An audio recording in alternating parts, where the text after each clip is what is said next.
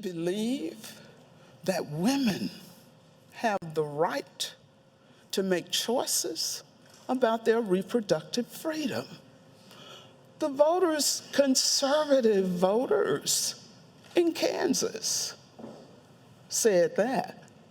And I'm not sure if maybe we are afraid that all of these years of us coming here, standing at this podium, talking about what the people of South Carolina want, I think some of us scared to really find out, Mr. Clyburn, what the people of South Carolina want. And so with all due respect to my 123 other colleagues in here, to the voters of South Carolina, if you want to see a different reaction on the issue of choice, you're going to have to change the faces of the men and women who sit in here and across the hall. Now, guess what people are thinking? How dare she get up there and tell people to vote against me? Y'all, these seats don't belong to us. They belong to the people. And they have a right to change at any point they want to. And guess what else? At the time, Mr. Simrall, about 38,000 voters in House District then 66 say, you know what? I don't always agree with that lady. Sometimes she talk too much. Sometimes she be stepping on toes. Sometimes she just be making me mad. But you know what? I think I'll send her back, because one of the things that she does do is listen to her constituents. One of the things that she does do is, when she has additional information, recognize that it's okay to change your mind. You don't have to get locked in. I've often wondered why politicians are so afraid of admitting that they change their mind on an issue. Anytime, it's about learning, y'all. I'm a believer in lifelong learning. And anytime you get new information or you see a different perspective, wouldn't the right thing to do be to change your mind? I don't know, maybe it's just me. But I appreciate your attention. I appreciate the opportunity to speak on this. You know, the other thing that scared me about we're not done yet is I've been here 31 years, and I declare, I thought everything, Mr. Newton, that could be done on the issue of abortion had been done. But y'all keep surprising me and amazing me with all of the restrictions that you come up with. And I really, really want to impress upon you, especially, particularly, those of you from urban areas, y'all remember this.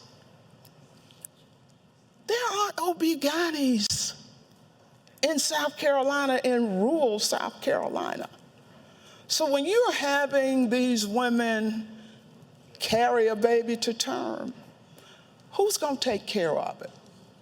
Oh, all of the pro-life people take great pride in the fact, Mr. Herb Kirschman, that we have given millions to pregnancy crisis centers, or whatever the name is. I'm so glad that those programs are there to provide diapers and formula and some of the things that babies need. But you know what else I wish was there? That kind of support when they get out of diapers.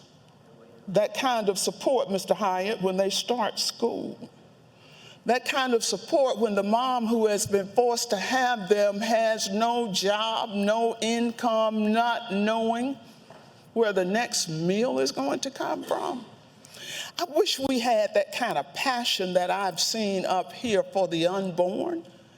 I wish that extended to those who you're forcing to come into this world. I'd like you, Reverend Rivers, to have that passion for a safety net and a support net, so that these kids who are here, not because they wanted to come, but because some politician forced them to come.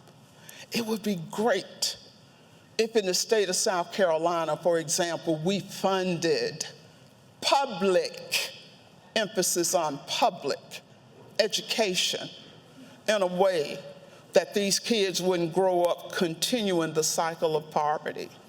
It'd be great if our support system was such that children didn't have to worry about where the next meal comes from.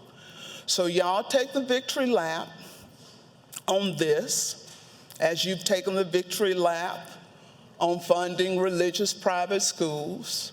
But you know, I'm kind of with those who say, you know what? If y'all ain't gonna recognize, and when I say y'all, I'm not just talking about us, I'm talking nationally now, guys. If y'all aren't gonna recognize, you're always talking about the Constitution, the Constitution. I think the Constitution somewhere talks about separation of church and state. But since y'all don't want to recognize, now, I'm not a lawyer, not a constitutional scholar. I don't even play one on TV anymore. It's too many of them. But here's the point. No offense to the lawyers in the room. But if you are of the opinion, I won't go down that road. Mr. Speaker, thank you so much for this. I think, like my grandmama say, I'm beginning to kind of tear the rag off the bush. Some of y'all know what that means and some of you don't. But I appreciate the opportunity to come and stand before you. Voters out there, I like all of these people in here, don't have a thing against them. Listen, this is not personal. This is business. And too many of you have made your choice at the polls personal. You have voted for people because you go to church with them. You like them and they're nice people. You golf with them, you play bridge, you do all of those kinds of social interactions. What I want you to start asking voters is the question that was asked by one who probably would be considered a rhino now with this current crowd, and that's the former President Ronald Reagan. The question that he asked, are you better off now than you were before? And so I say to the women in this state especially, and to the men who support women having the intelligence to make responsible choices about what they do with their body, I say to them, the question you need to start asking your church members who are in here, your friends who are in here, is how they have voted, and if they're running, how they will vote on issues that affect your well-being. And at some point in this country, when we have voters who stop falling for the red meat that is way before them, the distractions that keep you off of what is really going on, then you will make better choices at the polling booth. And for those of you who are harboring what you're going to do to me in the event that I do get elected and come back, bring your A game. Because guess what? There have been many who have come before you and have sat right in some of these same seats, right, Mr. Valentine? And had all kinds of plans about what they were going to do to Cobb Hunter. I won't tell you where some of those people are now, but it don't matter to me. Like I said, this is not my life. I had a life before I came here. I'm going to have one when I leave. Thank you so much for your attention and your patience. And voters, row, row, row your vote. Thank you, Mr. Speaker. Thank you, members. Thank you, Ms. Cobb Hunter. You're welcome. Adoption of House Bill 5399. Roll call is required and ordered. Voting on the board.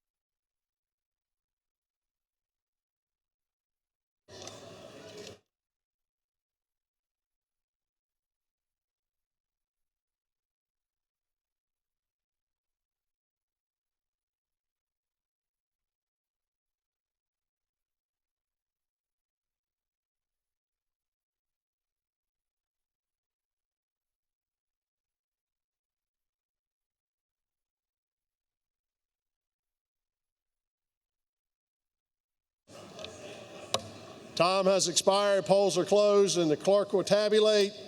By a vote of 67 to 35, House Bill 5399 is given third reading. Mr. Forrest.